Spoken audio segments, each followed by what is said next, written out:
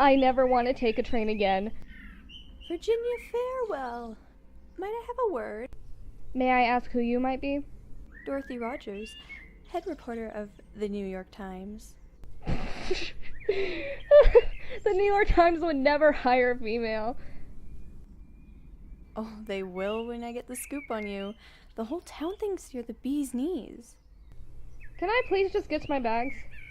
Oh, it's only a few questions, miss. Then you'll never have to see me again. No. Miss, this article could get me the job of my dreams. Please just consider it. Dorothy, I've spent my night unable to sleep. All I want is a hot cup of coffee. Is that too much to ask? They say that a lack of sleep allows a person to speak without thinking. This is exactly why I need to interview you at this very moment. I'm sorry, Dorothy, but not today. Virginia, wait. Look, all I want to do is impress my boss with a good article. If I buy you breakfast, would you talk to me? Do you know a place with honey biscuits?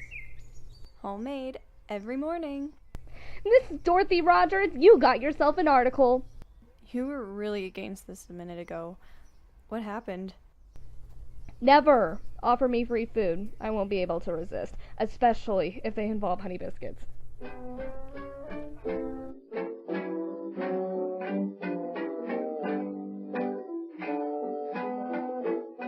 So, Miss Farewell, what brought you here to the Big Apple? You very well already know, but I will tell you anyway. I came to claim my aunt's inheritance. Why are you considered the only heir to the fortune? Well, I am the only one suitable to be the heir. My aunt never married, and her parents died when she was young. Excuse me, but how old are you? I am 22 years old. Jeepers, that's a lot of money for someone who's so young. I have big plans on how I'm going to spend it. You finished with this? Yes, thank you. Do you know how many people would want to be in your position right now? You don't want to be like me, trust me. Why didn't your father get the fortune? He is her brother, after all. My father inherited half of my dead grandparents' fortune, so he already has a fair amount. Betsy was given the other half. I guess she thought he didn't need it, so she decided to give it to her closest friend and niece, me. Interesting. So, share with our readers your first reaction when you heard that your aunt had passed away. I was in shock. I couldn't even speak. I couldn't even cry. She was my best friend. She was like a big sister. She was my only family. And now, she's gone.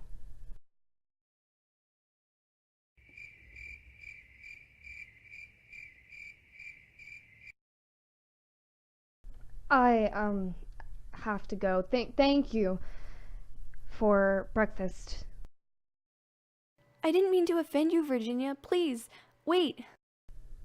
You should have enough for your article. Please just leave me alone. Here. I quickly wrote down my address while you were eating. Stop by if you need anything, alright?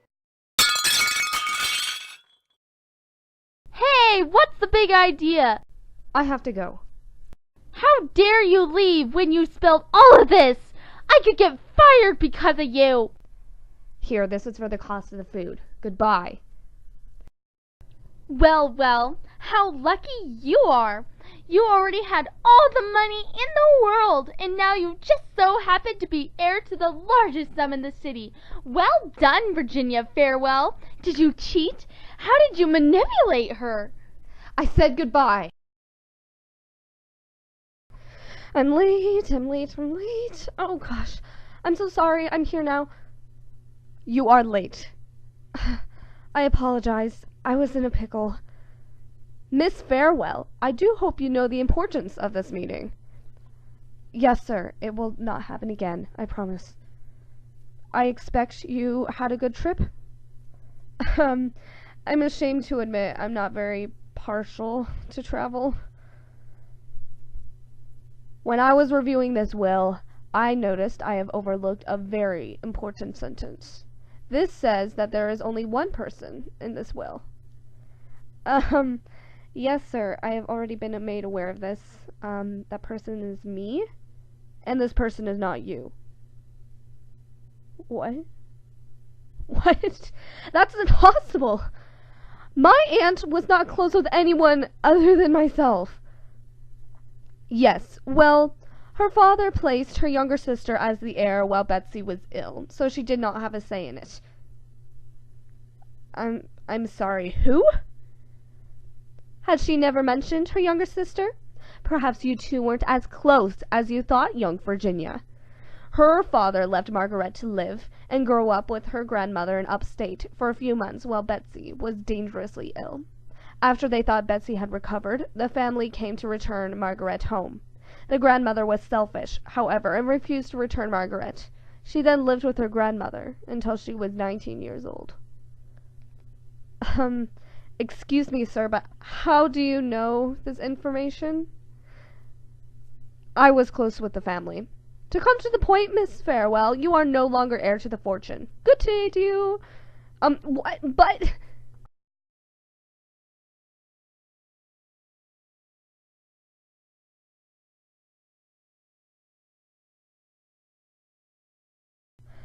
I moved all the way out here to New York for nothing. Nothing.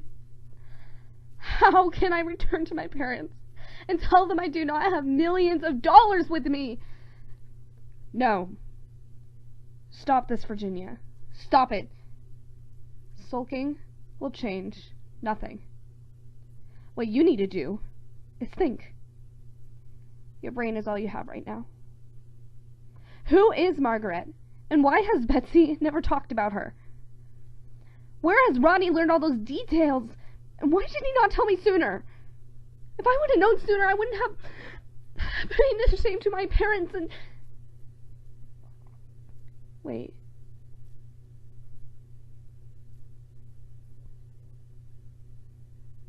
I got it. I got it. I'll write down all my observations. If I gather enough proof, I can show the police and prove that the will is rightfully mine. Betsy had never lied a day in her life, and she would not hide an unknown sister from me.